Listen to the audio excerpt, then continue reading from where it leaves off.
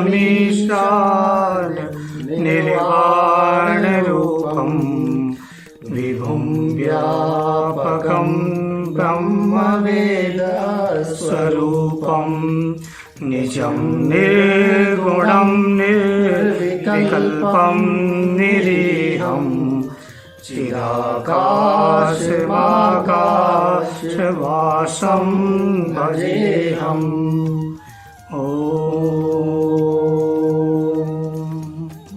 जय श्री हनुमान, जय श्री राम। सादर प्रणाम। आज बात करते हैं इस भूमंडल पर लगने वाले खग्रास सूर्य ग्रहण की।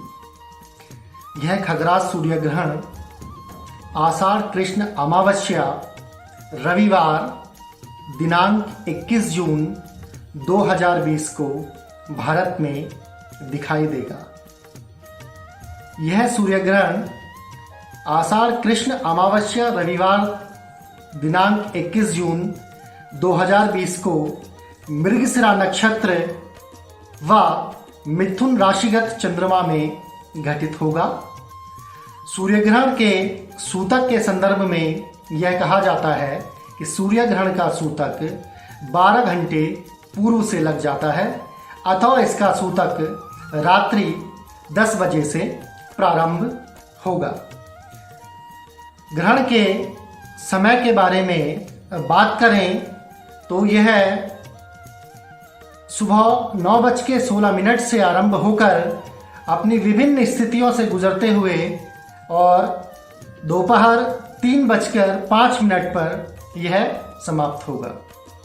इस सूर्य ग्रहण के दौरान लग्न सिंह है, यह सिंह लग्न में घटित होगा और जैसे कि हम पहले भी कह चुके हैं कि राशि मिथुन होगी। इस सूर्य ग्रहण के दिन को देखते हुए अगर विभिन्न ग्रहों की स्थितियों पर हम विचार करें तो यह धरती पर एवं धरती पर उपस्थित जीवधारियों पर अलग अलग स्थानों पर अलग अलग प्रभाव दिखाएगा। सूर्य ग्रहण वास्तव में किसे कहा जाता है? अत्यंत सरल शब्दों में सूर्य ग्रहण को समझने की कोशिश करते हैं। सूर्य ग्रहण उस स्थिति को कहते हैं जब चंद्रमा पृथ्वी और सूर्य के बीच में आ जाता है। इस सूर्य ग्रहण के दौरान चंद्रमा पृथ्वी से काफी दूर होता है। इस स्थिति में चंद्रमा पूरी तरह से सूर्य को नहीं ढक पाता, या ये कहें कि सूर्य के प्रकाश को अवरुद्ध नहीं कर पाता है। इसी कारण से इस सूर्य ग्रहण को हम पूर्ण सूर्य ग्रहण नहीं कहते हैं और इस सूर्य ग्रहण को इस स्थिति में हम नाम देते हैं एन्युलर सोलर इक्लिप्स। यह सूर्य ग्रहण रविवार के दिन लग रहा है, इसीलिए इस सूर्य ग्रहण को चूड़ामणि सूर्य ग्रहण भी कहा जाता है। और चूड़ामणि सूर्य ग्रहण का इस भूमंडल पर अत्यंत प्रभाव है। यह कहा जाता है कि चूड़ामणि सूर्य ग्रहण के दौरान करने वाले जप का, दान का और पुण्य का कई कोटि गुना फल मनुष्य को प्राप्त होता है। अब हम सूर्य ग्रहण के समय को थोड़ा सा और विस्तृत में जानते हैं। सुबह 10:24 पर आंशिक रूप से यह ग्रहण शुरू होता है और ऐसा लगता है कि चंद्रमा सूर्य के किनारे को छू रहा है। दोपहर 12 बजे यह ग्रहण पूर्ण रूपेण शुरू होता है, या ये कहें कि इसका एन्युलर फेज आरंभ होता है। दोपहर 12:05 पर यह अधिकतम ग्रहण चंद्रमा और सूर्य के नजदीक आने के कारण प्रतीत होता है। इसके बाद दोपहर 1:50 के आसपास चंद्रमा सूर्य के किनारे से बाहर निकल जाता है। तत्पश्चात 3:05 पर यह पूरा का पूरा ग्रहण समाप्त हो जाता है।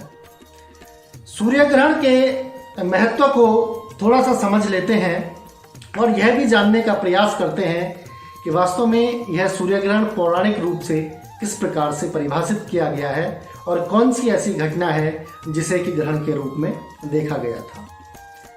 समुद्र मंथन के दौरान एक दैत्य छल, छद्म और प्रपंच के द्वारा अपना वेश बदलकर देवताओं के मध्य में जा बैठा। जब भगवान विष्णु के द्वारा देवताओं को अमृतपान करवाया जा रहा था तो यह दैत्य भी अमृतपान कर गया। सूर्य और चंद्रमा के द्वारा इस दैत्य को देख लिया गया, पहचान लिया गया और उन्होंने भगवान विष्णु को इसके बारे में बताया। तुरंत ही भगवान विष्णु ने अपने सुदर्शन चक्र से इस दैत्य का सिर धड़ से अलग कर दिया। तब से इसके शरीर के ये दो हिस्से राहु और केतु के रूप में जाने जाते हैं और यह पौराणिक मान्यता है कि सूर्य ग्रहण और चंद्र ग्रहण का कारण यह दोनों ही राहु केतु रूपी दैत्य है। राहु और केतु का नाम सुनते ही अधिकतर सभी प्राणी घबरा जाते हैं, क्योंकि इनका आरंभ ही छल छद्म और प्रपंच के द्वारा हुआ है। व्यक्ति के जीवन में भी जब राहु और केतु का समय आता है, उनकी दशा, अंतरदशा, प्रत्यंतर दशा आती है या किसी व्यक्ति की कुंडली में कालसर्प दोष दिखाई देता है, तो ऐसी परिस्थितियों में राहु केतु से जनित कष्ट व्यक्ति को भोगने होते हैं।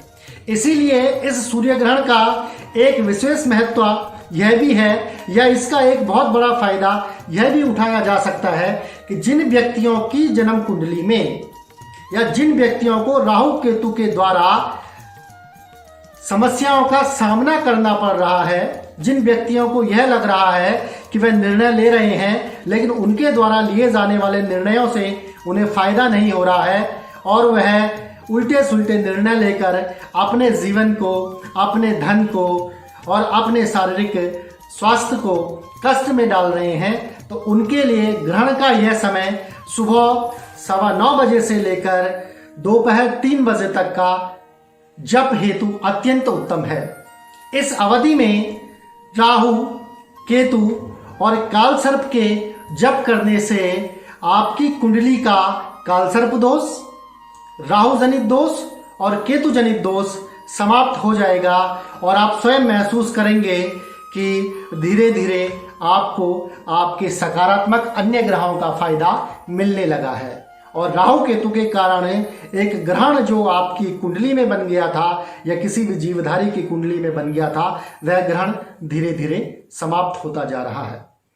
इसके अलावा हम एक और उपाय यहाँ पर रखना चाहेंगे कि इस ग्रहण के दौरान कौन सा जप सर्वाधिक फायदेमंद होगा और किस जप को करने से अत्यंत फायदा इस भूमंडल पर स्थित जीवधारियों को होगा। तो वह है भगवान विष्णु का जप।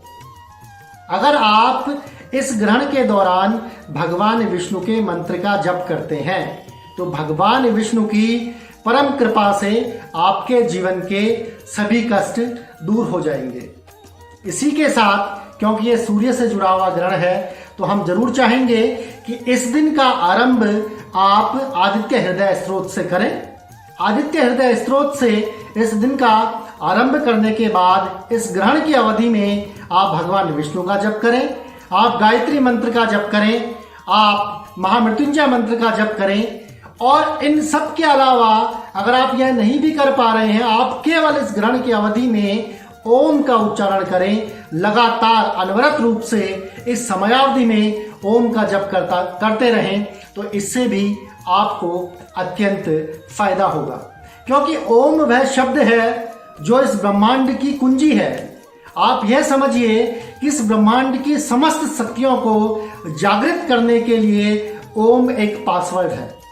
ये एक ऐसा पासवर्ड ईश्वर प्रदत्त आपके हाथ में है कि जिसका कि आप लगातार उच्चारण करते रहें, लगातार जप करते रहें, तो आपके जीवन के बड़े से बड़े कष्ट भी दूर हो जाते हैं। इस ग्रहण के दौरान कौन सा दान आप दें?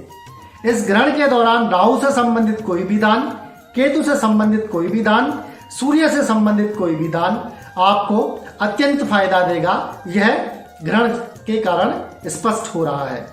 इसके अलावा आप जानते हैं कि इस समय पूरे विश्व में एक महामारी ने बहुत आतंक मचाया हुआ है। इस संदर्भ में हम पहले भी बात कर चुके हैं। मार्च में भी हमने इस संदर्भ में कहा था कि यह जो कोरोना पीरियड है, यह कोरोना पीरियड बहुत छोटा नहीं होगा। यह अभी जून जुलाई में अपने चरमोत्कर्ष पर होगा और इसके बाद भी अगर इसके समाप्त होने की बात करें तो हम पहले ही कह चुके हैं कि दिसंबर तक इसके समाप्त होने के कोई भी आसार ज्योतिषीय दृष्टिकोण से नहीं दिखाई देते हैं। अर्थात जब दिसंबर माह में दूसरा सूर्य ग्रहण आएगा तो उसके बाद हम यह उम्मीद कर पाएंगे कि काफी हद तक इसका प्रभाव या इसका प्रकोप कम हुआ है। इसको भी थोड़ा सा विस्तृत रूप में समझने की कोशिश करते हैं कि क्या दिसंबर के बाद ये कोरोना एकदम से खत्म हो जाएगा, या इस सूर्य ग्रहण से अब दिसंबर तक वाले सूर्य ग्रहण के बीच में क्या कोरोना पूरे के पूरे भूमंडल को इसी प्रकार से अत्यंत प्रभावित करता रहेगा। तो हम कहना चाहेंगे कि कोरोना भूमंडल को प्रभावित करता रहेगा, जीवधारियों को प्रभावित करता रहेगा, लेकिन अब धीरे धीरे जीवधारियों को इसके साथ रहने की आदत पड़ जाएगी और दिसंबर तक आते आते कहीं ना कहीं एक शब्द जिसे हर्ड इम्यूनिटी कहा जाता है वह जीवधारियों के अंदर डेवलप हो जाएगी, वह उत्पन्न हो जाएगी और फिर हम इसको आसानी से हरा पाएंगे। इसके अलावा हम बात करेंगे भारतवर्ष की और विश्व की कि पूरा भारतवर्ष और पूरा विश्व इस सूर्य ग्रहण के बाद किस प्रकार की परिस्थितियों से गुजरेगा। क्या वैश्विक चुनौतियां कम होंगी, क्या भारत की चुनौतियां कम होंगी, सांस्कृतिक रूप से क्या प्रभाव पड़ेगा, आर्थिक रूप से क्या प्रभाव पड़ेगा, राजनीतिक रूप से क्या प्रभाव पड़ेगा। सबसे पहले हम बात करते हैं पूरे विश्व की। तो पूरे विश्व में इस ग्रहण के बाद से लेकर और दिसंबर तक आने वाले ग्रहण के दौरान बड़ी उथल पुथल की स्थिति रहेगी। कोई भी स्थिति स्पष्ट नहीं होगी और कहीं से भी वैश्विक रूप से कोई संतोष नहीं प्राप्त होगा। चाहे हम विभिन्न देशों के बीच युद्ध की बात करें, तनातनी की बात करें, अपने गर्व को या घमंड को प्रदर्शित करने की बात करें, तो ये सारी की सारी चीज़ें जैसी वर्तमान समय में चल रही हैं ये ऐसे ही चलती रहेंगी। लेकिन यह निश्चित है कि मानवता को कोई बहुत बड़ा खतरा इन घटनाओं से कहीं भी नहीं है। भारतवर्ष की अगर हम बात करें तो वर्तमान समय में भारतवर्ष में अत्यंत चुनौतियां हैं। आर्थिक रूप से सबसे बड़ी चुनौती देश के सम्मुख है, तो यह चुनौती ऐसी ही बरकरार रहेगी। दिसंबर माह तक आर्थिक रूप से कोई बहुत बड़ी राहत भारतवर्ष में दिखाई नहीं देती है। हाँ, अगर हम भारत की सीमाओं के बारे में बात करें तो भारत की कुंडली के अध्ययन के पश्चात यह स्पष्ट हो जाता है कि भारतवर्ष का कोई भी अन्य देश, चाहे वो उसका कोई भी पड़ोसी देश हो, वह बाल भी बांका नहीं कर सकता है। यह जरूर होगा कि पड़ोसी देशों के द्वारा इस समयावधि में भारतवर्ष को मानसिक रूप से कष्ट भोगना पड़ेगा, लेकिन हम सामरिक दृष्टिकोण की बात करें या किसी और भी बड़े दृष्टिकोण की बात करें तो यहाँ पर कोई भी बहुत बड़ा नुकसान भारत देश को नहीं दिखाई देता है।